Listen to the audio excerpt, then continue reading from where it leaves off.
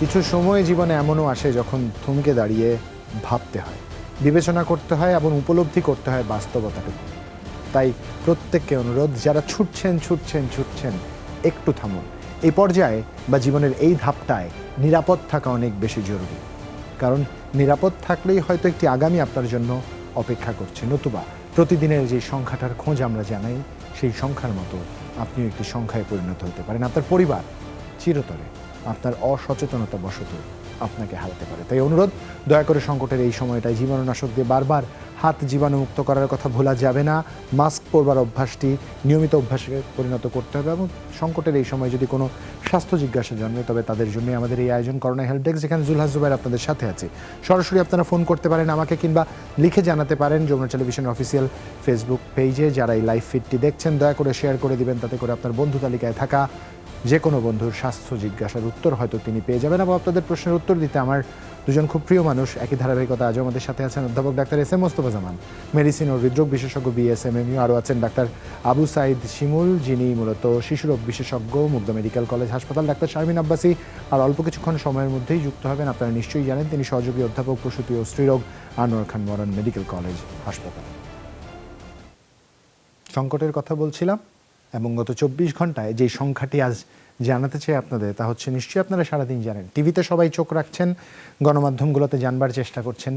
আজ 38 জন, তার মানে 38টি পরিবার তাদের স্বজন হারিয়েছেন। শনাক্ত হয়েছে আরও 2198 জন। এখন পর্যন্ত দেশে করোনায় প্রাণহানি হয়েছে 6713 জনের। স্বাস্থ্য অধিদপ্তরের বিজ্ঞপ্তিতে এই তথ্য জানানো হয়েছে। 24 ঘন্টায় নমুনা পরীক্ষা করা হয়েছে 15,972টি, সেখানে শনাক্তের হার 13.76%। সব মিলিয়ে ভাইরাসে আক্রান্ত হয়েছেন 4,69,423 জন। 24 ঘন্টায় সুস্থ হয়েছেন 2,562 জন। মোট সুস্থ এখন 3,85,786 জন। সর্বশেষ যে 38 জন মারা গেছেন তার মধ্যে 25 জনই পুরুষ। দর্শক, আপনাদের প্রতি প্রতিদিনের মতো একটাই আহ্বান, যারা যেখান থেকে যুক্ত আছে নিয়মিত বিরতিতে জীবাণুনাশক কিংবা সাবান পানি দিয়ে হাত জীবাণুমুক্ত করবার কথা একদমই ভোলা যাবে না। আর এই মুহূর্তে যারা আমাদের দেখছেন, যারা ফোন দিতে চান তাদের একটু অনুরোধ করব, দয়া করে টেলিভিশনের ভলিউমটি কমিয়ে আমাদের ফোন দিবেন, তাতে করে কিন্তু আপনাদের স্বাস্থ্য জিজ্ঞাসাটি বুঝতে আমাদের সুবিধা হবে। একজন দর্শক অলরেডি আমাদের ফোন করেছেন, তার সাথে আমরা কথা বলতে চাই। দর্শক, আপনার নাম এবং বয়স বলে প্রশ্ন করুন। দর্শক, আপনার নাম এবং বয়স বলে প্রশ্ন করুন। আমার নাম শাহিদা সুলতানা, আমি ঢাকা থেকে বলছি। আমার বয়স 36। জি আপা, বলুন। আমার বছর খানিক আগে সমস্যা হয়েছিল কি আর কি, বাথরুম হতো না, বাথরুম আসতোই না। আচ্ছা। তারপরে ডাক্তারের কাছে যাই, ডাক্তার টেস্ট করে, টেস্টের পরে দেখা যায় কি পেটে ঘা, আলসার। ওইটা ওষুধ দেওয়ার পরে বাথরুম হওয়ার জন্য গার্ড ফিক্স, রেডিজেল, তারপরে একটা ফিনিক্স আর অমিডন, এই কয়েকটা ওষুধ দেয়। তারপরে কয়েকবার যাই, এক মাস পর যাইতে বলে, ই করি। তারপরে 3-4 মাস আগে প্রায় 6 মাস আগে আবার যাই, বাথরুমটা হয় কিন্তু খুব কঠিন। আচ্ছা, মানে আপনার কনস্টিপেশন বা যেটাকে বাংলায় আমরা কষা বলি, তাই তো? সেক্ষেত্রে একটু কোষ্ঠকাঠিন্য হয়েছে আপনার। সেক্ষেত্রে একটু জানতে চাই আপনার খাদ্যাভ্যাস সম্বন্ধে জানতে চাই। আপনি কি নিয়মিত সবজি, তরকারি যা আছে খাচ্ছেন? হ্যাঁ, ওটা খাচ্ছি। ডাক্তার ওষুধ দিয়েছিল, লুবিলাক্স দিছিল, বলছিল এটা খেতে থাকেন, এই সমস্যা কেটে গেলে এটা খাওয়ার দরকার নেই। আচ্ছা। তারপরে 3-4 মাস ভালোই ছিলাম। ভালো থাকার পরে এখন আবার সেই একই সমস্যা। আমি যেটা জিজ্ঞেস করেছি, আপনাকে ল্যাক্সেটিভ দিতেই পারেন ডাক্তার, কিন্তু তাতে করে খুব বেশি লাভ হয়তো হবে না। আপনার জীবনাচারে পরিবর্তন আনতে হবে। আপনি কি নিয়মিতভাবে শাক সবজি এগুলো খাচ্ছেন? হ্যাঁ, ওইটা খাচ্ছি, প্রতিদিনই শাক সবজি খাচ্ছি। আজযুক্ত খাবার খেতে বলছিল ডাক্তার, ওইটা খাচ্ছি। তারপরও এই যে 15 দিন আগে আবার সেই একই সমস্যা দেখা দিচ্ছে। আচ্ছা, আপনি ডেইলি আনুমানিক কি পরিমাণে পানি খান? পানি খাই, 8-10 গ্লাস পানি খাওয়া হয়, 12 গ্লাস পানি খাওয়া হয়, প্রতিদিন পানি খাওয়া হচ্ছে। আচ্ছা, বুঝতে পেরেছি। প্রফেসর মোস্তফা জামান শুনছিলেন। জি, আপনি তো চমৎকার ভাবে আসলে ইতিহাস নেবার চেষ্টা করছেন জুবায়ের। আমি জানি যে আপনি যেই বিষয়টা আমরা আলোচনা করতে চাচ্ছিলাম সেই ইতিহাসটা আপনি সংগ্রহ করার চেষ্টা করেছেন। আমরা প্রতিদিনই বলছি যে কোষ্ঠকাঠিন্য, যে মানুষ ব্যতীত পৃথিবীর অন্য কোনো প্রাণীর কিন্তু কোষ্ঠকাঠিন্য হয় না। তো যে 3টি বিষয় আমরা সবসময় মনে করে দিতে চাই, অনেকে আছেন শুধুমাত্র চিকিৎসকের ওষুধের মাধ্যমে চেষ্টা করেন কিভাবে কোষ্ঠকাঠিন্য দূর করা যায়। কিন্তু আমরা সবসময় বলি যে ওষুধের উপর নির্ভরশীল না হয়ে বরং আপনারা শাকসবজি, কাঁচা ফলমূল বা আঁশযুক্ত খাবার আপনি বেশি পরিমাণে পান করবেন বা খাবেন। এবং বিশেষ করে আমরা সবসময় বলি যে হাঁটাহাঁটি বা এক্সারসাইজ খুবই গুরুত্বপূর্ণ এবং পানি বেশি করে পান করবেন। এই ৩ টি বিষয়ের কথা আমরা সবসময় বলি। তবে অনেক সময় কিছু অসুখের কারণে কিন্তু রোগের কারণে কোষ্ঠকাঠিন্য হতে পারে। যেমন তার মধ্যে একটি অংশ হলো যে থাইরয়েড, THS লেভেলটি আমরা করতে বলি। আরেকটি বিষয়, যদি পরিপাকতন্ত্রে কোনো সমস্যা থেকে থাকে কিন্তু সেটি আলসার নয়, আলসার থেকে কিন্তু কোষ্ঠকাঠিন্য হবার সম্ভাবনা খুবই কম। আমরা বলি যে মলদ্বারে কোনো সমস্যা আছে কিনা সেক্ষেত্রে। কিন্তু আমরা সেটি খুবই কম পাই। আমরা দেখি যে অনেকে হয়তো পানি পান করছেন কিন্তু পরিমাণের তুলনায় কম, অথবা পানি পান করছেন কিন্তু হয়তো শাকসবজি, কাঁচা ফলমূল বেশি হয়তো খাচ্ছেন না, অথবা দেখা যাচ্ছে এক্সারসাইজ করছেন না। যখন এই সবকিছু মিলে একসাথে সন্নিবেশ হবে তখনই আমরা বলবো যে তার কোষ্ঠকাঠিন্য হবার কোনো সম্ভাবনাই নেই। আমরা তাকে আবারও বলবো যে তাকে একটু এক্সারসাইজ করুন। আর THS এই পরীক্ষাটি, হরমোনের পরীক্ষাটি করে দেখবেন এতে কোনো সমস্যা আছে কিনা। এর কারণে কিন্তু অনেক সময় কোষ্ঠকাঠিন্য হতে পারে। তবে তাকে অবশ্যই বলবো খাবার আগে ৩ বেলা ইসবগুলের ভুসি পানিতে মিশিয়ে সঙ্গে সঙ্গে খেয়ে ফেলতে ২ চামচ। কারণ ভিজিয়ে খাবেন না। অন্যান্য যা কিছুই খাচ্ছেন না কেন এই অভ্যাসটি অবশ্যই গড়ে তুলবেন এবং প্রতিদিন ২ বেলা অন্তত হাঁটাহাঁটি করবেন। আমার দৃঢ় বিশ্বাস আপনার এই সমস্যাটি চলে যাবে এবং চিকিৎসকের মাধ্যমে, ওষুধের মাধ্যমে কোষ্ঠকাঠিন্য দূর করার যে অভ্যাসটি বা এটি দূর করার চেষ্টা করবেন। আপনার নিজের উপর আত্মবিশ্বাস বাড়ান, দেখবেন এই সমস্যা একেবারেই ভালো হয়ে যাবে। আর রক্তের পরীক্ষাটি করে আপনি আমাদের সাথে যোগাযোগ করতে পারেন। ধন্যবাদ আপনাকে। ডাক্তার আবু সৈয়দ শিমুল, আশফিয়া রহমান প্রশ্ন করেছেন বরিশাল থেকে, তার বাবুর জন্য 22 মাস 2 দিন, তার 22 মাস বয়স, 2 দিন ধরে তার কাশি, সর্দি, কিছুই খাওয়ালে বমি করে দিচ্ছে। এখন কোন মেডিসিন তাকে দেয়া যায় আপনার কাছে জানতে চেয়েছেন। আসলে এখানে কিন্তু উনি জ্বরের বিষয়টা উল্লেখ করেননি, সেটা যদি উল্লেখ করতেন আরেকটু খুব ভালো হতো। আমাদের পরামর্শ হবে যদি বাসায় থার্মোমিটার থাকে বা আশেপাশ থেকে যদি জ্বরটা মেপে নেন সেটা ক্ষেত্রে খুব ভালো হয়। এই সময় কিন্তু বাচ্চাদের এই ধরনের সর্দি কাশিটা আসলে হচ্ছে, এবং বাচ্চাদের যে ভাইরাল যে সর্দি কাশি এগুলিতে কিন্তু দেখা যায় যে কাশতে কাশতে বমি করে দেয়, কিংবা ইনফ্লুয়েঞ্জাতে বাচ্চাদের পেটের কিন্তু সমস্যা হয়, এটা বড়দের থেকে একটু আলাদা। দেখা যায় কারো পাতলা পায়খানা হয়, কারো বমি হয়, সুতরাং এটার জন্য আলাদা করে কোনো চিকিৎসা লাগবে না। হ্যাঁ, যদি অনেক বমি হয় যে সহ্যের বাইরে বা তার সে একদম দুর্বল হয়ে পড়ছে, সেক্ষেত্রে মেডিসিন লাগবে। এই সময় আপনি সর্দি বা কাশি যেটাই হোক তার জন্য যেটা করবেন, এন্টিস্টা এই সিরাপটা 1/2 চামচ করে 3 বার আপনি এগুলো 7 থেকে 10 দিন নেন। আর ব্রঙ্কোলাক্স অথবা ব্রোডিন এই সিরাপটা 1/4 চামচ করে 3 বার 10 থেকে 15 দিন নেন।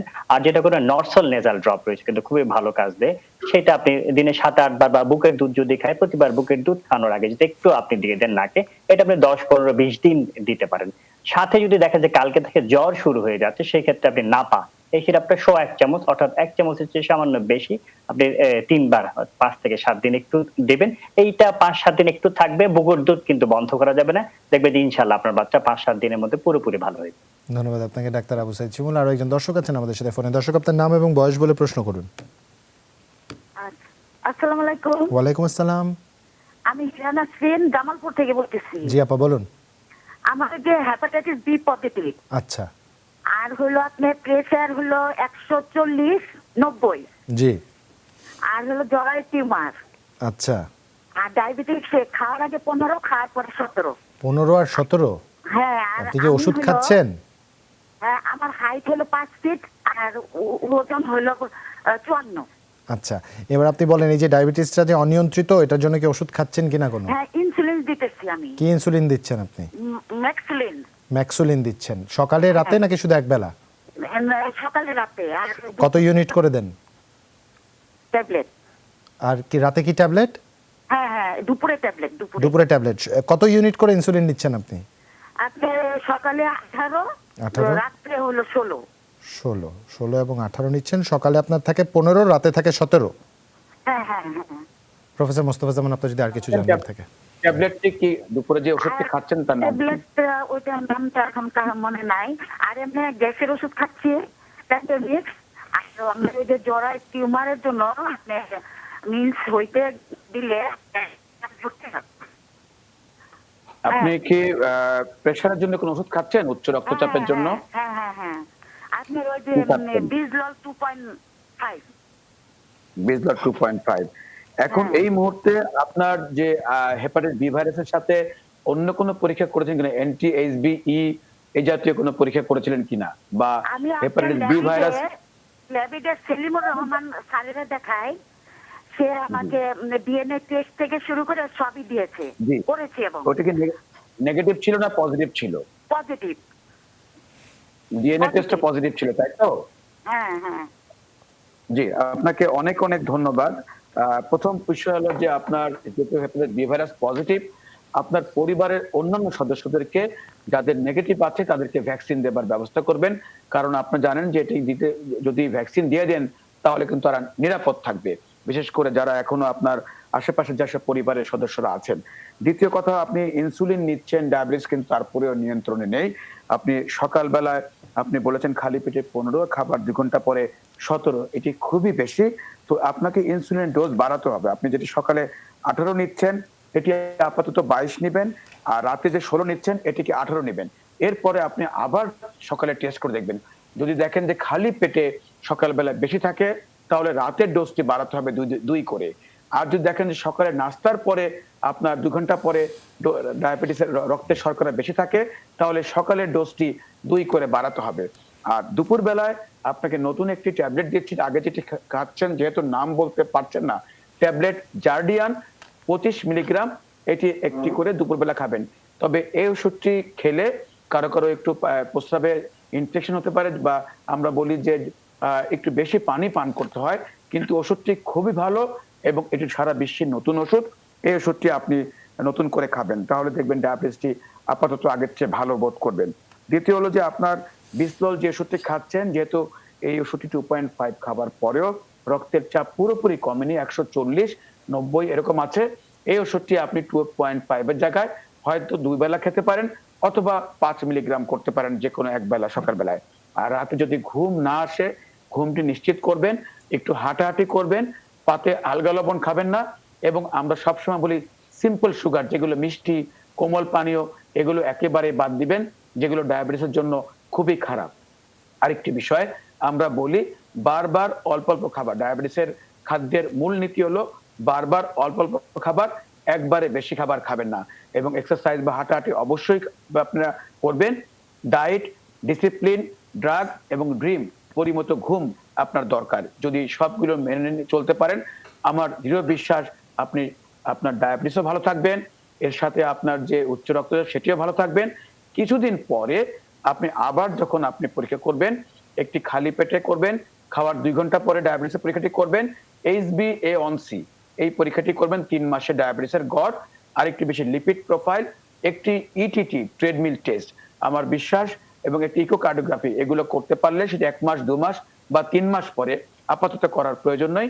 আপাতত যে পরামর্শগুলো দিয়েছি সেগুলো মেনে চলে পরবর্তীতে আমাদের সাথে যোগাযোগ করতে পারেন, অথবা আপনার চিকিৎসকের সাথে সাক্ষাতের পরামর্শ করতে পারেন। ধন্যবাদ আপনাকে প্রফেসর মোস্তফা জামান। লায়লা চৌধুরী লিখছে তার বাবুর বয়স 25 দিন, 2 দিন পর পর টয়লেট করে, মাঝে মাঝে প্রস্রাব হলুদ হয়, নাকের ভিতর গড়গড় শব্দ করে, কি করণীয় জানতে চাইছেন ডাক্তার আবু সৈয়দ শিমুল।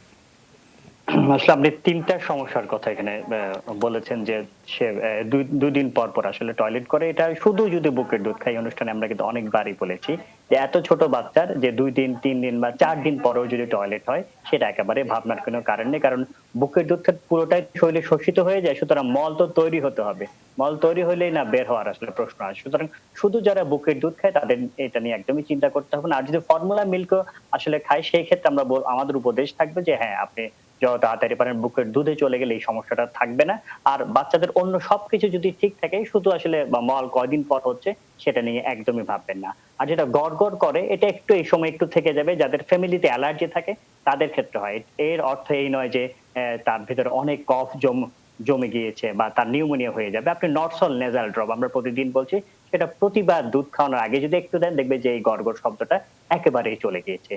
আর যেটা বলছেন যে মাঝে মাঝে প্রস্রাব হলুদ করে, এই ক্ষেত্রে আসলে অনেক ক্ষেত্রে দেখা যায় যে যদি বুকের দুধ কম হয়, সেক্ষেত্রে যেটা এটা হয়, আপনি দেখবেন যে 24 ঘন্টায় 5 বার বা তার বেশি প্রস্রাব হয় কিনা, তাহলে বুঝবেন যে সে বুকের দুধটা ঠিক মতো পাচ্ছে। আমাদের পরামর্শ হবে আপনি বারবার বুকের দুধটা দেন।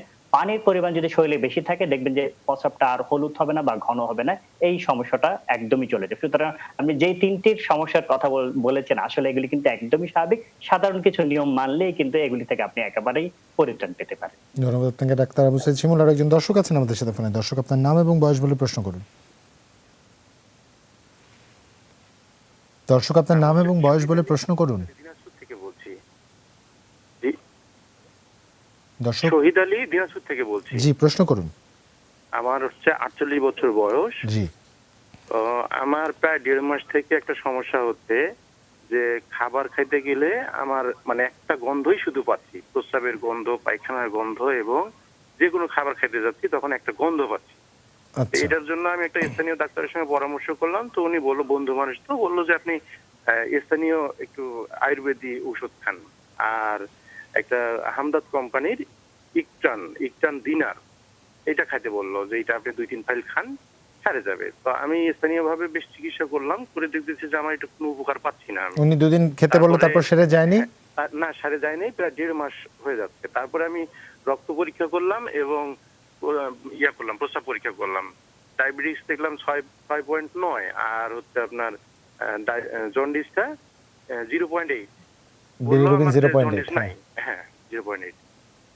হ্যাঁ, তারপরে এখন পর্যন্ত আমি ওই ইকটান দিনারটা খাইয়ে যাচ্ছি।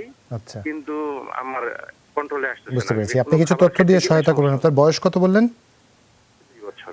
দুঃখিত, 48 বছর। আচ্ছা, আপনার কি অ্যালার্জি জনিত সমস্যা আছে? ঘুম থেকে উঠে হাঁচি হয়? অ্যালার্জি জনিত সমস্যা আমার অনেকদিন থেকে আছে, কোল্ড অ্যালার্জি। কোল্ড অ্যালার্জি আছে আপনার? আচ্ছা, আপনার পলিপাস বা যেটাকে বলে বা নাকের মাংস ফুলে যাওয়া, এরকম কোনো সমস্যা হয়? হ্যাঁ আছে, এটা আছে। আচ্ছা, ধন্যবাদ তথ্যের জন্য। প্রফেসর মোস্তফা জামান। জি, আমি আসলে বলছি যে আমাদের কাছে অনেকে জুবাস, আপনি খুব চমৎকার ভাবে আসলে আমাদের যে দর্শক তার কাছ থেকে ইতিহাসটি সংগ্রহ করেছেন, এর সাথে সম্পর্কিত এই বিষয়টি। তো প্রথম বলবো যে আসলে নাকে গন্ধ না পাওয়াকে আমরা বলি মেডিকেল পরিভাষায় অ্যানোসমিয়া। এটি আসলে দুই রকম হতে পারে। একটি হলো যে সাময়িক ভাবে হতে পারে, যেমন সেটি 1 সপ্তাহ বা 2 সপ্তাহ যদি তাৎক্ষণিকভাবে চিকিৎসা করা হয়, তাহলে বেশিরভাগ রোগীর সঙ্গে সঙ্গে ভালো হয়ে যায়, যেটি করোনার জন্য হতে পারে বা করোনা ছাড়া অন্যান্য কারণে কিন্তু আমরা দেখছি। এবং করোনার সময় আমরা এটি বলি যে একটি কার্ডিনাল সাইন, একটি স্বীকৃত উপসর্গ। বেশিরভাগ রোগীদেরকে আমরা করোনা টেস্ট করলে কিন্তু পজিটিভ পেয়েছি, যাদের এই যে অ্যানোসমিয়া নিয়ে আমাদের কাছে এসেছেন। দ্বিতীয় হলো যে অন্য কারণ, যেটা আপনি যে হিস্ট্রি নিলেন যে কোল্ড অ্যালার্জি, এই অ্যালার্জি থেকেও কিন্তু আমরা নাকের যাদের বিভিন্ন ফেক্সোফেনাডিন বা নানা ধরনের ওষুধ খাচ্ছেন, ওষুধের কারণে হতে পারে। আবার ঠান্ডার কারণে কিন্তু অ্যালার্জি থেকেও কিন্তু নাকের গন্ধ না পাওয়ার ইতিহাস হতে পারে। সেক্ষেত্রে কিছু পার্মানেন্ট অ্যানোসমিয়া, অর্থাৎ দীর্ঘমেয়াদী আমরা বলি যে নাকের গন্ধ না পাওয়া বা আমরা একটু অন্যরকম গন্ধ পাওয়ার এরকম রোগীদের কিছু ইতিহাস পেয়ে থাকি। এখন যে ক্ষেত্রে তিনি যে ওষুধগুলো খাচ্ছেন, সেই ওষুধে আসলে আমরা বলবো মেডিকেল সায়েন্সের সাথে যেহেতু আমরা সম্পর্কিত না, বিষয়গুলো এটা অন্য ধরনের ওষুধ, সেজন্য আমরা আয়ুর্বেদিক ওষুধগুলোকে আমরা যেহেতু প্রেসক্রাইব করি না, তার মধ্যে কি আছে আমরা আসলে বলতে পারবো না। তবে এলোপ্যাথি ওষুধে যেগুলো আছে, আমরা প্রথম কথা বলবো স্টিম নেবার জন্য, পানি ফুটিয়ে বলক উঠলে বাষ্প, এটি অত্যন্ত কার্যকর। দিনে 3 বেলা যদি ব্যবহার করতে পারেন, নাকে যদি কোনো সমস্যা থাকে সেটি একেবারে পরিষ্কার হয়ে যায়, সেটি নেওয়া খুবই গুরুত্বপূর্ণ, এটি আপনি নিতে পারেন। দ্বিতীয় হলো যে আপনি একটি নাকে একটি অ্যালার্জির একটি ড্রপ নিতে পারেন, ফ্লুভেট নেজাল স্প্রে, এটি 2 চাপ 2 বেলা আপনি এটি ব্যবহার করতে পারেন আগামী 1 মাস। আরেকটি বিষয়, ট্যাবলেট অমিডন 10 মিলিগ্রাম, এটি একটি করে 3 বেলা খাবার আধা ঘন্টা আগে খাবেন। এর সাথে আপনি পেটের যদি কোনো গ্যাস্ট্রিক বা আলসার থাকে তার জন্য ওষুধ খাবেন। আমরা যে ওষুধগুলো বললাম এগুলো ব্যবহার করে থাকেন। আর যদি অ্যালার্জিটা খুব বেশি হয়, তাহলে মোনাস 10 মিলিগ্রাম, এটিও প্রতি রাতে একটি করে ঠান্ডার সময় আর আগামী 1 মাস বা 2 মাস আপনি ব্যবহার করবেন।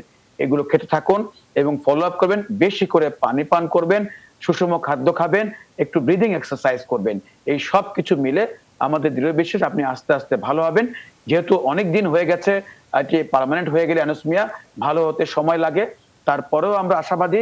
এবং ভিটামিন সি সমৃদ্ধ লেবু বা অন্য যে ফলগুলো আছে তার একটু ফলের রস খাবেন এবং খাদ্য খাবেন, তাহলে কিন্তু আপনি আস্তে আস্তে উপকার পাবেন। আপনাকে অনেক অনেক ধন্যবাদ আমাদের সাথে যুক্ত হবার জন্য। আপনাকে ধন্যবাদ প্রফেসর মোস্তফা জামান। আমরা একটা ছোট বিরতি নিতে চাই, বিরতির পরে আরো দর্শকদের প্রশ্ন উত্তর দেওয়ার চেষ্টা করব। দর্শক, ছোট বিরতির উপরে দেখা হচ্ছে, সাথেই থাকুন।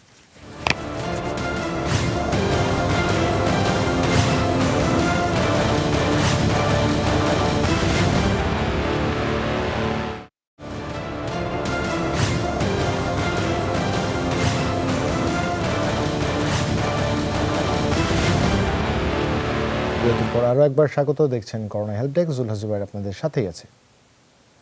দর্শক, ডাক্তার শারমিন আব্বাসী এরই মধ্যে আমাদের সাথে এসে জয়েন হয়েছে। আশরাফুল ইসলাম তার কাছে প্রশ্ন রেখেছেন। তার স্ত্রীর বয়স 24, ইউএসজি রিপোর্টে suggestive of right adnexal chocolate cyst about 6.22 into 5.65 centimeter. History of no signs and symptom of infection, period regular, not use any contraceptive pill, have no child. Management and advice জানতে চাচ্ছেন এবং কি medicine তাদের নিতে হবে তাও জানতে চাচ্ছেন ডাক্তার শারমিন আব্বাসী। ধন্যবাদ জুবাইর। আমি আসলে সরি, রাস্তায় প্রচন্ড জ্যাম, এই জন্য দেরি হয়ে গেল। এখানে আসলে যে বিষয়টি হয়েছে সেটি হচ্ছে যে ওনার আসলে ফার্টিলিটি হিস্ট্রিটা এখানে ইম্পর্টেন্ট। ওনারা কি ইনফার্টাইল কাপল নাকি ওনাদের ফ্যামিলি কমপ্লিট, এই জিনিসটা আমাদের জানাটা খুব দরকার ছিল। সেটা তো ওনাদের কোনো সন্তান নেই বলেছেন আর কি। আচ্ছা, যদি সন্তান না থাকে তাহলে তো ডেফিনেটলি এটা প্রপার ওয়েতে ট্রিটমেন্টটা দিতে হবে। এখন চেষ্টা করছেন কয়দিন, এটা আবার এখানে ইম্পর্টেন্ট। যদি কারো এমন হয় যে 1-2 বছর চেষ্টা করছেন তারপরেও প্রেগন্যান্সি হচ্ছে না, তাহলে এটা ডেফিনেটিভ ট্রিটমেন্ট হচ্ছে ল্যাপারোস্কোপি, এটা লাগবেই। আর কেউ যদি এমন হয় যে না 6 মাস 1 বছর চেষ্টা করছেন এখনো হয় নাই, তাহলে সেক্ষেত্রে কিন্তু আমরা ওষুধ দিয়ে কিছুটা সময়ের জন্য চেষ্টা করতে পারি। যদিও ওয়ার্ল্ড ওয়াইড যে প্রোটোকলটা সেট আপ করা আছে সেখানে কিন্তু দেখা যাচ্ছে যে 4 সেন্টিমিটারের উপরে এই ধরনের চকলেট সিলস বা এন্ডোমেট্রিওটিক সিলস যদি হয়, যাতে ইনফার্টিলিটি থাকে, তাহলে কিন্তু বলাই হয় যে এটিকে আসলে অপারেশন করেই এটাকে হচ্ছে যত তাড়াতাড়ি সম্ভব অপসারণ করার জন্য। কিন্তু এখানে কিছু ড্রব্যাক ওনাদেরকে জানায় রাখতে চাই আমি। একটা হচ্ছে যে এই ধরনের সিস বারবার হতে পারে, প্রথম কথা। সেকেন্ড কথা, এক পাশের ওভারিতে আছে, কয়দিন পরে আরেক পাশের ওভারিতেও দেখা যেতে পারে, তখন কিছু প্রবলেম হয়। তাই আমরা এখন চেষ্টা করি যে যতক্ষণ পর্যন্ত মুখে ওষুধ দিয়ে বা ইনজেকশনের মাধ্যমে এটাকে আসলে ট্রিট করা যায়, অপারেশনটাকে অ্যাভয়েড করা যায়, সেটা ভালো। এবং যেই ওষুধগুলো খুব কার্যকর সেগুলো এখন বাংলাদেশে ইজ অ্যাভেলেবল। তাই আপনারা কিন্তু ওষুধ নিতে পারেন। এটা 3 মাসেই দেখা যাবে সিস সাইজটা ছোট হবে। এরপর তাড়াতাড়ি প্রেগন্যান্সি হওয়ার জন্য অন্যান্য যে চিকিৎসাটা সেটা শুরু করা যাবে। বাই দিস টাইম অন্য কোনো প্রবলেম আছে কিনা, যেমন ওজিটিটি করে ব্লাড সুগার লেভেল দেখা, সেরাম টিএসএইচটা দেখা, প্রোল্যাকটিন দেখা, এবং আল্ট্রাসাউন্ড তো যা জানিয়েছেন অতএব এখানে কোনো প্রবলেম নাই, এটা ঠিক আছে। এবং হাজবেন্ডের সেমেন অ্যানালাইসিস, টিএসএইচ এন্ড ওজিটি, এভরিথিং যদি পারফেক্ট থাকে আমরা 3 মান্থস টাইম নিতে পারি এটাকে ট্রিট করার জন্য by injection and oral medication. তারপরেই আপনারা হয়তো 4th মান্থে যে যদি সাইজটা ছোট হয় তাহলে চেষ্টা করতে পারবেন। ধন্যবাদ আপনাকে। শিহাবুদ্দিন লিখছেন নাটোর থেকে, তার ছেলের নাম আল রাফি, বয়স 2 মাস 3 দিন, জন্মের পর থেকেই তার মায়ের দুধ হয় না, কি ওষুধ খেলে বাচ্চা মায়ের দুধ হবে জানতে চেয়েছেন। বাচ্চাকে ল্যাকটোজেন 1 খাওয়ানো হয়, আজ 3 থেকে 4 দিন হলো বাচ্চা ভালো করে ফিডার খাচ্ছে না এবং বাচ্চার পেট ফাঁপা হয়ে থাকে, এমনটাই তিনি লিখেছেন। এখন করণীয় কি জানতে চেয়েছেন ডাক্তার আবু সাইদ শিমুল। এবং একই সাথে আমরা একজন দর্শক আছেন আমাদের সাথে, আমরা একটু ফোনটাও নিতে চাই। দর্শক, আপনার নাম এবং বয়স বলে প্রশ্ন করুন। হ্যালো, জি দর্শক, আপনার নাম এবং বয়স বলে প্রশ্ন করুন। আমার নাম তাসলিমা। জি আপা বলুন, কি হয়েছে? আমার বুকে হঠাৎ করে ব্যথা করে হালকা, আর ওই লোকে বুক ধরফর করে ওঠে। আচ্ছা, বয়স কত আপনার? আমার বয়স 36 বছর। 36 বছর। আপনার প্রেসার কখনো পরীক্ষা করা হয়েছে? আমি পরীক্ষা করি নাই, এই প্রথম এরকম। আচ্ছা, বুঝতে পেরেছি। প্রফেসর মোস্তফা জামান, উনি কোনো পরীক্ষাই করেননি, উনি বলছেন ওনার বুক ধরফর করে। আর কিছু যদি জানবার থাকে, আমি একসাথে তাকে দুটি ওষুধ দিয়ে কিছু পরীক্ষার কথা বলছি। প্রথম হলো, জি আমাকে জি আপনার যে বয়স বললেন, আপনার কোন ওষুধ খাচ্ছেন বর্তমানে বা পরিবারে কারো? আচ্ছা, কারো কোনো ওষুধ খাই হঠাৎ করে, সব সময় খাই না। আপনার পরিবারে কারো কোনো অসুখ বিসুখ আছে কিনা? না, হার্টের সমস্যা আছে কিনা? না, সমস্যা নাই, ডায়াবেটিসও নাই। বুঝতে পেরেছি। আমরা মনে হয় আমরা ওনার সমস্যাটা বুঝতে পেরেছি প্রফেসর মোস্তফা জামান, আমরা সমাধানের দিকে এগোতে চাই। জি, আমি তাকে আপাতত দুটি ওষুধ দিচ্ছি। একটি হলো যে ট্যাবলেট ইনডেভার 10 মিলিগ্রাম, সকালে একটি রাতে একটি খাবেন, এবং ট্যাবলেট অ্যানজেন্টাটি সকালবেলা একটি খাবেন আগামী 1 মাস, এবং ট্যাবলেট গ্যাস্ট্রিকের একটি ওষুধ খাবেন সকালে এবং রাতে। এই ওষুধগুলি খেতে খেতে আশা করছি তার বড় কোনো সমস্যা হবে না। এরপরে একটি ইসিজি, একটি ইকোকার্ডিওগ্রাফি, একটি বুকের এক্সরে, থাইরয়েড একটি পরীক্ষা, এবং বুকের এবং রক্তের একটি সিবিসি হিমোগ্লোবিন, এই পরীক্ষাগুলো করে পরবর্তী যোগাযোগ করবেন। তবে যদি এই ওষুধগুলো খেয়ে ভালো থাকেন, এই পরীক্ষাগুলো আপাতত করার দরকার নেই। আমাদের বিশ্বাস এটি খারাপ কোনো সমস্যা নাও হতে পারে। আপাতত ওই ওষুধগুলো খেতে থাকেন। তারপরেও যদি কোনো সমস্যা হয় তাহলে যে পরীক্ষাগুলোর কথা বলছি সেগুলো করে আপনি আমাদের সাথে আবারও যোগাযোগ করতে পারেন। ধন্যবাদ প্রফেসর মোস্তফা জামান। ডাক্তার আবু সাইদ শিমুল, ডাক্তার শারমিন আব্বাসী পরবর্তীতে চাইলে আপনি সংযোজন করতে পারেন। হ্যাঁ, এখানে বাচ্চার দিকটা আমি বলবো। এরপর অনেক সময় দেখা যায় যে ডাক্তার শারমিন আব্বাসের মতো যারা আছেন তারা অনেক কিছু ওষুধ বা কিছু উপদেশ দিয়ে থাকেন। আমি বাচ্চার দিক থেকে কিছু বলছি। প্রথম কথা যেটা আমরা এই অনুষ্ঠানে অনেক দিন ধরে বলছি যে কনফিডেন্ট থাকতে হবে। মাকে সে মোটিভেটেড হতে হবে যে না আমি বাচ্চাকে বুকের দুধ খাওয়াবো। সেটা কিন্তু আসলে সবচেয়ে বেশি প্রয়োজন। সেটা যদি হয় দেখা যায় যে 80% ক্ষেত্রেই কিন্তু দুধটা চলে আসে। কারণ একদম দুধ না আসার কিন্তু পৃথিবীতে এমন কোনো কারণ নেই। খুব জোর মানে একেবারে গুরুতর অসুস্থতা ছাড়া। আমরা কিন্তু এই অনুষ্ঠানে বিভিন্ন কোরআনের আয়াত দিয়েও বলেছি। সূরা আল বাকারাতে বলা হয়েছে। আমি একটুকু যদি সময় পাই সূরা আল কাসাসে কিন্তু একটা খুব সুন্দর বর্ণনা রয়েছে যে আমরা জানি ফেরাউনের কথা জানি যখন হযরত মুসা আলাইহিস সালাম জন্ম নিয়েছিল। ফেরাউন কিন্তু একটা গোষ্ঠীর নাম, কোনো একটা রাজার নাম না কিন্তু। ধরুন মুসা আলাইহিস সালাম যখন জন্ম নিয়েছিলেন সেই ফেরাউনের নাম ছিল কাবুস। তখন ওনার কিন্তু একটা ভবিষ্যৎবাণী করেছিল যে এই সময়ে যারা পুরুষ মানে ছেলে জন্ম নিবে সে কিন্তু পরবর্তীতে সেই রাজাকে হত্যা করবে। মুসা আলাইহিস সালাম জন্ম নেওয়ার পরে কিন্তু খুব একটা জটিল অবস্থা তৈরি হয়ে গিয়েছিল যে না এই যে একটা ছেলে জন্ম নিল তাকে তো হত্যা করা হবে, সে তাকে এখন কোথায় লুকিয়ে রাখবে। এই অবস্থায় আসলে মুসা আলাইহিস সালামের মা তাকে বুকের দুধ খাওয়াবেন কিনা নাকি অন্য কোথাও দিয়ে যাবেন, এত জটিল অবস্থা, মানসিক ভাবে বিপর্যস্ত। তখন কিন্তু আল্লাহ সূরা আল কাসাসের 7 নম্বর আয়াতে নাজিল করেছেন। উনি তখন ওখানে বলেছেন যে আমি মুসার মায়ের কাছে নির্দেশ দিলাম যে তিনি যেন তার মাকে অর্থাৎ মুসাকে মায়ের দুধ পান করান। সুতরাং এত জটিল অবস্থায় যদি আসলে বুকের দুধ খাওয়ানো যায়, আমরা অনেকে বলি যে সিজার হয়েছে তাই বুকের দুধ খাওয়ানো যাবে না বা কোনো অসুস্থতা তাই বুকের দুধ খাওয়ানো যাবে না, সেটা কিন্তু না। আমরা যদি নিজেরা একটু মোটিভেটেড থাকি আমার মনে হয় যে বুকের দুধটা খাওয়ানো সম্ভব। হ্যাঁ, এই সময় মায়ের পুষ্টিটা আসলে নিশ্চিত করতে হবে এবং আমরা বলি প্রতিবার দুধ খাওয়ানোর আগে যদি আমরা 1 গ্লাস অন্তত বেশি করে পানি খেয়ে নিই সেটা আসলে মেনটেন করতে হবে। আর পজিশনিং এবং অ্যাটাচমেন্ট সেইটা যদি একটু আমরা মেনটেন করি যে বাচ্চাকে ঠিক মতো কোলে নেই, এমন ভাবে কোলে নিতে হবে যেন পুরা বডিতে একই সমান্তরালে থাকে, অর্থাৎ পেঁচিয়ে না থাকে, গলাটা যেন পেঁচিয়ে না থাকে সেটা মেনটেন করতে হবে। আমাদের যে বাচ্চার যে বাইরের দিকের যে ঠোঁট রয়েছে সেটা যেন একটু বাইরের দিকে থাকে, পুরা কালো অংশ এরিওলার জুড়ে যেন তার মুখটা থাকে, এই জিনিসটা মেনটেন করতে হবে। নাক যেন বন্ধ হয়ে না যায় এবং বাচ্চার চোখ যেন মায়ের চোখের দিকে থাকে। এই জিনিসগুলো যদি একটু পজিশনিং অ্যাটাচমেন্ট মেনটেন করা যায় দেখা যাচ্ছে বেশিরভাগ ক্ষেত্রেই দুধটা চলে আসে। কিন্তু বারবার যতবার আমরা বাচ্চাকে বুকে নিব ততবার কিন্তু মায়ের কাছ থেকে হরমোন রিলিজ হবে এবং সুন্দরভাবে দুধ আসবে। কিছু ওষুধ দিয়ে থাকে আমি মনে করি পরবর্তীতে ডাক্তার শারমিন আব্বাসি যদি কিছু যুক্ত করেন। আচ্ছা, ধন্যবাদ ডক্টর শিমুল। উনি আসলে এত অসাধারণ করে বলেন এরপরে আসলে কিছু বলারও থাকে না। এখন আমি যেই পার্টটি যুক্ত করতে চাই যে লাভটি কি হবে, যেই মারা আসলে ব্রেস্ট ফিডিং করান তাদের চান্স অফ ব্রেস্ট ক্যান্সার একেবারেই লেস। এটি আপনার জন্য একটা পজিটিভ দিক এবং অনেক বড় পজিটিভ দিক যে ব্রেস্ট ক্যান্সারে অনেকে মারা যায়।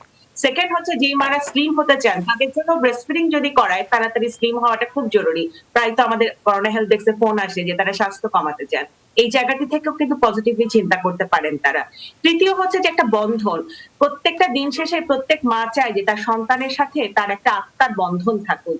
এই বন্ধনটি কিন্তু যদি ব্রেস্ট ফিডিং না করান তাহলে কিন্তু তৈরি হবে না। অতএব সেই জায়গাটি থেকেও কিন্তু এটা প্রপারলি আমাদের চিন্তা করতে হবে। আর বাচ্চার লাভের মধ্যে একটা বড় কিন্তু হচ্ছে যে বাচ্চার কিন্তু পরবর্তীতে ওবেসিটি বলি ডায়াবেটিস বলি এগুলো কিন্তু অনেক কম হয় যেসব মায়েরা ব্রেস্ট ফিডিং করান। তাহলে সন্তান যদি সুস্থ রাখতে চায় তাহলেও কিন্তু সেক্ষেত্রে আছে। এখন কিছু মা বাইরে দ্রুত কাজে যোগদান করে ফেলেন, বাধ্য হন জীবিকার তাগিদে, তারা কিন্তু বাসায় ব্রেস্ট মিল্কটা রেখে যেতে পারেন। এখন কি করতে পারেন, আমরা বলবো পাম্প কখনো ব্যবহার করবেন না, করছেন তো শেষ হয়ে গেছেন। আপনারা যেটা করবেন ন্যাচারাল সাকলিং কে বিশ্বাস করুন। একটা বাচ্চাকে যদি আপনি বারবার সাকলিং করান, অর্থাৎ সে যদি আপনার বোটাটা প্রপারলি নিতে পারে মুখে এবং সেটাকে আমরা যদি বাংলা ভাষায় যেটাকে বলি যে চুষে নেওয়ার যে প্রসঙ্গটি আছে সেটি যদি নিতে পারে তাহলে ডক্টর শিমুল যে অসাধারণ করে বলেছেন যে একটি হরমোন বের হয় সেটি কিন্তু ব্রেস্টটাকে কন্ট্রাকশন করে এবং মিল্ক চলে আসে, এখানে না আসার কোনো কারণ নেই। তারপরও যাদের ন্যাচারালি লাভ হয় না তাদেরকে আমরা বলি কিছু নাইজেলা ক্যাপসুল পাওয়া যায় যেগুলো হচ্ছে কালিজিরার ক্যাপসুল, এগুলো ওনারা নিতে পারেন। কালিজিরা খেতে পারেন, লাউয়ের তরকারি রান্না করে খেতে পারেন, এগুলো ন্যাচারালি খুব ভালো কাজ করে। তারপরেও যাদের লাভ হয় না তাদেরকে আমরা দেই ট্যাবলেট ডম্পেরিটান বা অমিজান 10 মিলিগ্রাম 2 করে 3 বেলা 5 দিন। এই জিনিসগুলো যদি নেন তাহলে আমি মনে করি যে কোনো ধরনেরই প্রবলেম হবে না। তবে দুজনে একই সুরে আরেকবার বলতে চাই যে নিজের মধ্যে আত্মবিশ্বাস এবং কনফিডেন্স রাখলে কিন্তু সন্তান এবং মা এই বন্ধনটা বড় একটা পাওয়ার বন্ধন, এটি তৈরি হবে। অসংখ্য ধন্যবাদ ডাক্তার শারমিন আব্বাসি, একই সাথে ধন্যবাদ ডাক্তার আবু সাইদ শিমুল আপনাকে। প্রফেসর মুস্তফা জামান সাদিয়া চৌধুরী একটি প্রশ্ন করেছেন তার মার জন্য, 56 ওনার বয়স, ডায়াবেটিস নেই কিন্তু TSH এর রেজাল্ট এসেছে 0.01, পরবর্তীতে কি কি পদক্ষেপ গ্রহণ করতে হবে তাই তিনি জানতে চেয়েছেন। একটা ছোট বিরতি নিয়ে এই প্রশ্নের উত্তরটা আমরা দিতে চাই। দর্শক বিরতির ওপারে দেখা হচ্ছে, সাথেই থাকুন।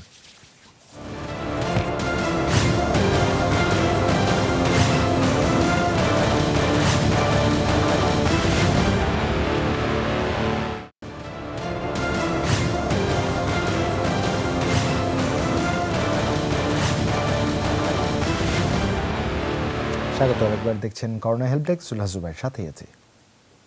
স্বাগত আরেকবার। আমরা দর্শকদের প্রতি যেটা প্রতিদিন অনুরোধ করি, নিয়মিত বিরতিতে জীবাণুনাশক দিয়ে হাত জীবাণুমুক্ত করা, এটাই পর্যায়ে মনে করিয়ে দিতে চাই। এবং তারপর প্রফেসর মোস্তফা জামানের কাছে চলে যেতে চাই। একজন প্রশ্ন করেছিলেন আমাদের। জি, আমরা যে দর্শক প্রশ্ন করছেন তার জন্য বলতে, আসলে কি থাইরয়েড একটি হরমোন, এমন একটি হরমোন যেটি হাইপোথাইরয়েডিজম হতে পারে, আবার হাইপার থাইরয়েডিজম হতে পারে।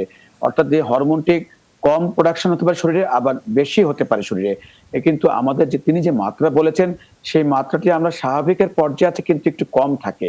আমরা যদি দেখি যে আসলে এটি তিনি যে জানতে পারতাম ইতিহাসটি, যে তিনি থাইরয়েডের জন্য কোন ওষুধ খাচ্ছেন কিনা, তাহলে আমাদের জন্য জানতে সুবিধা হতো। যদি আরো একটু ভালো হতো যে তার কোনো উপসর্গ আছে কিনা, যেমন তার যেহেতু থাইরয়েডের ফাংশনের সাথে শরীরের মেটাবলিজম, অর্থাৎ তার যে খাওয়া দাওয়া রুচি কেমন আছে, তার বডি টেম্পারেচার কেমন আছে, তার হার্ট রেট, নাড়ির স্পন্দন কেমন আছে, তার যে দুর্বল লাগে কিনা, ডিপ্রেশন লাগে কিনা, তার শরীরে তার মাসিকের সমস্যা আছে কিনা। যদি বয়স্ক বেশি, হয়তো তার এই সমস্যাটি নেই, কিন্তু তার অন্যান্য সমস্যাগুলো যদি উপসর্গ জানতে পারতাম, তাহলে তার জন্য আমাদের খুবই সুবিধা হতো পরামর্শ দিতে। যেহেতু তার বয়স বেশি, আমি তাকে বলবো একটি পরামর্শ, যে এই পরীক্ষাটি অনেক সময় রিয়েজেন্টের কারণে বিভিন্ন ল্যাবরেটরিতে বিভিন্ন রকম আসতে পারে। আমি বলবো মাসখানেক পরে আরেকটি ভিন্ন ল্যাবরেটরিতে আবার একটি পরীক্ষা করবেন, শুধু টিএইচএস নয়, টিএইচএস, FT4 এবং আরেকটি বলবো অ্যান্টি থাইরয়েড অ্যান্টিবডি। এই পরীক্ষা তিনটি একসাথে করে তিনি জানাবেন যে তার আসলে কেমন, এবং যদি কোনো উপসর্গ থাকে সেটিও তিনি আমাদেরকে লিখে জানাতে পারেন, অথবা আমাদের সাথে ওভার ফোনে যোগাযোগ করতে পারেন। আপাতত কোন ওষুধ খেতে হবে না এই থাইরয়েডের কারণে, তবে তিনি আমাদের সাথে তার যদি কোনো সমস্যা থাকতো অন্য কোনো, সেক্ষেত্রে আমরা কিছু ওষুধের কথা বলতে পারতাম, কিন্তু থাইরয়েডের কারণে আপাতত কোনো ওষুধের প্রয়োজন নেই। তবে যদি তিনি আগে থেকে কোনো ওষুধ খেয়ে থাকেন, সেটি আমাদের জানাতে বললে আমরা ডোজটি কম বেশি করে হয়তো এই লেভেলটি আমরা ঠিক করতে পারতাম। ধন্যবাদ আপনাকে। ডাক্তার আবু সাঈদ শিমুল, আমাদের একজন নিয়মিত দর্শক তাপস রাহা, অ্যাডভোকেট তাপস, আমাদের এর আগেও বেশ কয়েকবার প্রশ্ন করেছে। তিনি তার সন্তানের আগের সমস্যার কথা জানিয়েছিলেন। আমরা তাকে ডিরাশের অয়েনমেন্টের সাজেশন দিয়েছিলাম, কিন্তু তাতে কিছু কমছে না। তার মলদারের ছোট ছোট লাল লাল বিচি উঠেছে তিনি বলেছেন, এবং ঘা ঘা মতো হয়ে আছে। পেটে প্রচুর গ্যাস হয়, এই জন্য ঢেকুর তোলে, বমিও করে ঢেকুর তোলার সময়। কি করণীয় তার?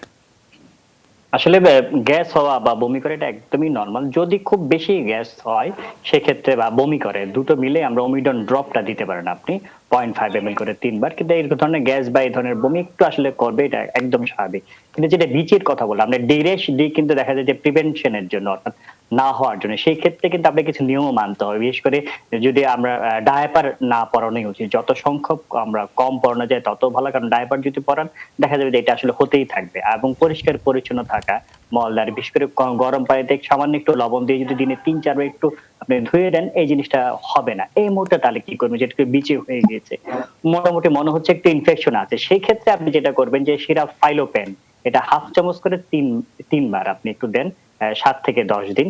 আর চুলকানির জন্য আপনি সিরাপ এন্টিস্ট্যাট, যেটা 1/2 চামচ করে 3 বার দেন। আপনি যেটা করবেন, আজকে মঙ্গলবার 3 দিন পর্যন্ত এগুলি দেন। এগুলি একটু শুকিয়ে আসলে আপনি শনিবার থেকে ফানজিডাল এইচসি, এই ক্রিমটা দিনে 3 বার লাগানো শুরু করবেন। যে দুটো সিরাপ বললাম এবং ক্রিম, সেটা যদি একটু সময় করে 7 থেকে 10 দিন লাগান, ইনশাআল্লাহ আপনার বাচ্চা পুরোপুরি ভালো হয়ে যাবে। অসংখ্য ধন্যবাদ আপনাকে ডাক্তার আবু সাঈদ শিমুল। ডাক্তার শারমিন আব্বাসী, আপনার কাছে আঞ্জুম আখি একটি প্রশ্ন করেছেন। প্রশ্নটি অনেক বিস্তারিত, আমি আপনাকে প্রশ্নটি পাঠিয়েছি, তাই আমরা একটু সংক্ষেপে পড়ে জানাতে চাই। তার বয়স 20 বছর, অবিবাহিত, ওজন 72 কেজি, তার সাদা স্রাবের সমস্যা আছে, এবং তিনি বেশ কিছু হিস্ট্রি আমাদের লিখেছেন। একদম শেষ পর্যায়ে চলে যেতে চাচ্ছি। তিনি পরামর্শ চেয়েছেন আপনার কাছে কি করে তিনি পরিত্রাণ পেতে পারেন, যদি তাকে সাজেশন দিতেন। আপনাকে পুরো প্রশ্নটি পাঠিয়ে দিয়েছি আমি। এখানে আসলে এই রোগীটি যেটি, এটা কিন্তু স্পষ্ট এখানে উনি করেছেন যে উনি অবিবাহিতা আছেন এবং ওনার বয়স 20, ওজন 72 কেজি। প্রথম কথা, ওভারওয়েট আছে, ওয়েটটাকে কমাতে হবে। ওভারওয়েট থাকলে ডায়াবেটিস হয়, ডায়াবেটিস থাকলে সেখান থেকে ইউটেরাসের ইনফেকশন ভেরি ফ্রিকোয়েন্টলি হয়, সাথে ইউরিন ইনফেকশন, এরকম সাদা স্রাব। যে এবং ইয়াং মেয়েদের আমরা পাচ্ছি 13, 14, 15, 16 বছর বয়সের মেয়েদের। আমি বলবো ওজিটিটি টেস্টটা করান খুব দ্রুত। আর সেকেন্ড কথা, যেটি ইউরিন ইনফেকশন আছে কিনা সেজন্য ইউরিন রুটিন এন্ড কালচার। এখন সমাধানের পথে কি কি করতে পারবেন, মুখে ওষুধ খেতে পারবেন। নিচে উনি একটা ওষুধ উল্লেখ করেছেন এখানে, ইকোনেট জি, যেটা ব্যবহার করার কথা বলা হয়েছে মাসিকের রাস্তায়। এটা অ্যাবসলিউটলি কন্ট্রাইন্ডিকেটেড অবিবাহিত মেয়েদের জন্য, এটা কখনোই ব্যবহার করা যাবে না। এটা একদম মাথায় রাখতে হবে। আর দ্বিতীয় যে বিষয়টি আছে, তাহলে কোন ওষুধ খাবো, খেয়ে দ্রুত ভালো হবো। প্রথম কথা, প্রতিদিনই আমরা এখানে বলি জীবন আচরণ পরিবর্তন, পরিষ্কার পরিচ্ছন্ন থাকা, সুতি কাপড় পরা, ইউরিন আটকায় না রাখা, তারপরে আমাদের মলদ্বারের রাস্তা পরিষ্কার করে পেশাবের রাস্তায় হাত না দেওয়া, এই নিয়মগুলো মানতে হবে। কুসুম গরম পানিতে লবণ মিশিয়ে ব্যবহার করতে হবে। মুখের ওষুধের ক্ষেত্রে আমরা বলবো ক্যাপসুল ক্লিনটেক্স 300 মিলিগ্রাম একটা করে 2 বেলা 10 দিন, ট্যাবলেট অর্নিড একটা করে 2 বেলা 5 দিন এবং ক্যাপসুল ফ্লুগার 50 মিলিগ্রাম প্রতি রাতে একটা করে 7 দিন। এই নিয়মে যদি চলে আমি মনে করি যে আগামী 6 মাস থেকে 1 বছর উনি ভালো থাকবেন। কিন্তু নিয়ম মানতে হবে, নিয়মের কোনো বিকল্প নেই। ধন্যবাদ আপনাকে। আমাদের হাতে খুব বেশি সময় নেই। আমরা অহরার একটি প্রশ্ন করেছে তার বাবার জন্য, তা পড়তে চাই। বয়স 59, ওজন 55 কেজি, ডায়াবেটিস নেই, উচ্চ রক্তচাপ আছে, এই জন্য ট্যাবলেট ভাইজোরান 520 খাচ্ছেন এবং 5 ট্যাবলেট ইকোস্প্রিন 75 খাচ্ছেন। একই সাথে তার প্রচুর প্রেশার ঠিক আছে লিখতে হয়তো চেয়েছেন তিনি, এবং আজকে কয়দিন যাবৎ তার ঠান্ডা, নাক মুখ চুলকাচ্ছে, জ্বর আছে এবং ডান হাতের কবজি ব্যথা করছে, খুব টেনশনে, ঘুম হয় না, এখন কি করা উচিত জানতে চেয়েছেন তিনি। খুব ইংরেজিতে খুব ভাঙা ভাঙা করে লিখেছেন প্রফেসর মোস্তফা জামান, আমি যতখানি বুঝতে পেরেছি আপনাকে পড়ে শুনিয়েছি। সংক্ষেপে বলছে, আসলে তিনি বেশ কিছু প্রেশারের জন্য ওষুধ খাচ্ছেন তার বাবার জন্য এবং 59 বছর বয়স। বলবো যে যেহেতু তার উচ্চ রক্তচাপের ওষুধ খেয়ে তিনি ওষুধ খেয়ে ভালো আছেন, আপাতত সেই ওষুধে আমরা হাত দিতে চাচ্ছি না। কিন্তু ঠান্ডার জন্য প্রথম কথা হলো, আমরা প্রতিদিনই বলছি এই সময়টি আমরা ঠান্ডার জন্য যাদের একটু শ্বাসনালীতে সংক্রমণ হওয়ার ঝুঁকি থাকে, সংবেদনশীলতার জন্য, তাদেরকে বলবো একটু স্টিম ব্যবহার করতে, পানির বাষ্প, এটি অত্যন্ত কার্যকর। ট্যাবলেট ফেনাডিন বেশ 120 মিলিগ্রাম প্রতি রাতে একটি করে খাবেন আগামী 2 সপ্তাহ, এবং ট্যাবলেট মন্টিয়ার 10 মিলিগ্রাম, এটি আরো 1 মাস খাবেন। এই সময়টা তার জন্য হয়তো প্রয়োজন হবে। যদি তার হাঁচি কাশি থাকে, ফ্লুভেট ন্যাজাল স্প্রে 2 চাপ 2 বেলা ব্যবহার করতে পারেন। আর যদি কাশি তিনি উল্লেখ করেন, যদি কাশি থাকে ট্যাবলেট ডক্সিবা 400 মিলিগ্রাম প্রতি রাতে একটি করে খাবেন। যদি কফ থাকে বেশি, অনেক সময় আমরা একটি সিরাপ দিয়ে থাকি অথবা একটি অ্যান্টিবায়োটিক দিয়ে থাকি, যে কোনো একটি অ্যান্টিবায়োটিক ট্যাবলেট লিভক্সিন 500 মিলিগ্রাম প্রতি রাতে একটি করে খাবেন আগামী 5 থেকে 7 দিন। আর ব্যথার জন্য ট্যাবলেট প্যারাসিটামল 500 মিলিগ্রাম একটি করে 3 বেলা আগামী 1 সপ্তাহ খাবেন। আর যেখানে ব্যথা একটু গরম ছ্যাঁক দিবেন।